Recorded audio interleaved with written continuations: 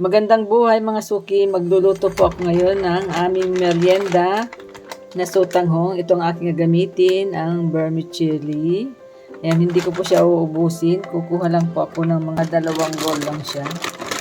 Marami na po siya pag naluto. Ayan. Ayan, ang sunod natin gagawin mga suki, ibabatad muna natin yung ating sotanghong sa tubig na mainit. Lagyan natin siya. Ayan, batad muna natin siya. Lalagay na tayo ng olive oil.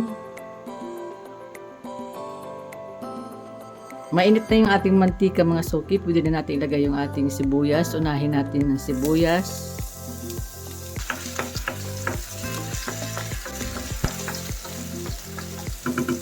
Susunod na rin natin ang bawang. Then maglalagay din tayo ng paminta or black pepper. Susunod din natin yung ating hipon. Ayan. Hinati-hati ko lang yung ating hipon. Dahil may natira pa tayong hipong ilog. Ito muna ang ating ilalagay.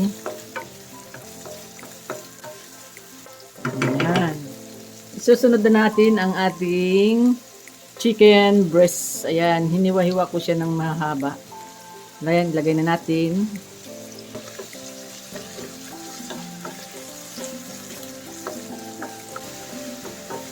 Ayan, ang isusunod na natin mga suki, carrots or carrots.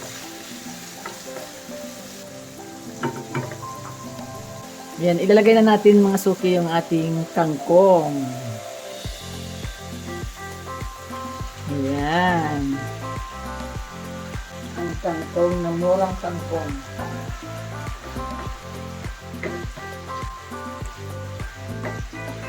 Ayan, haluin lang natin siya. Ayan. Ayan, takpan muna natin siya mga suki. Ito na mga suki, tingnan na natin. Oh, sarap. Ayan, hindi pa ako naglalagay ng tubig dyan. Ayan, oh. May sariling tubig ang ating kangkong. Ayan, haluin lang natin siya. Ayan, maglalagay na tayo mga suki. Patis or pisos.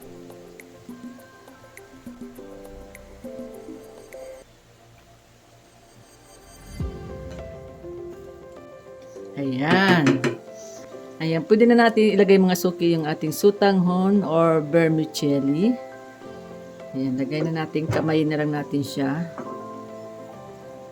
Ayan.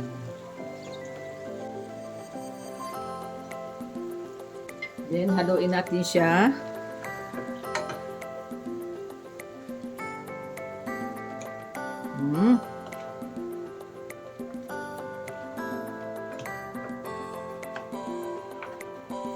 Ayan, maglalagay na tayo mga suki ng soy sauce. Ayan, lagay natin siya.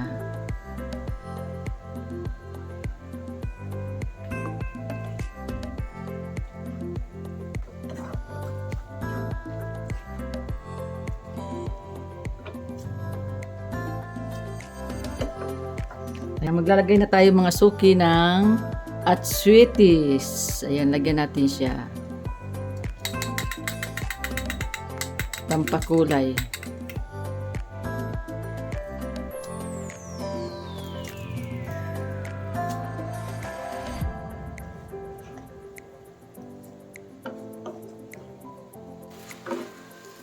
Ayan, luto na mga suki ang ating merienda.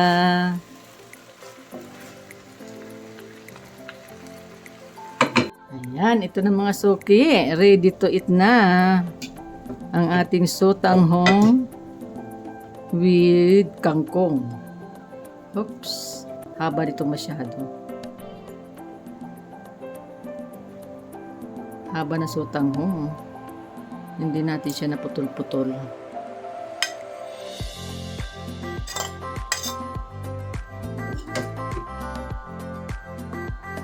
Ito na mga suki ang aking vlog for today.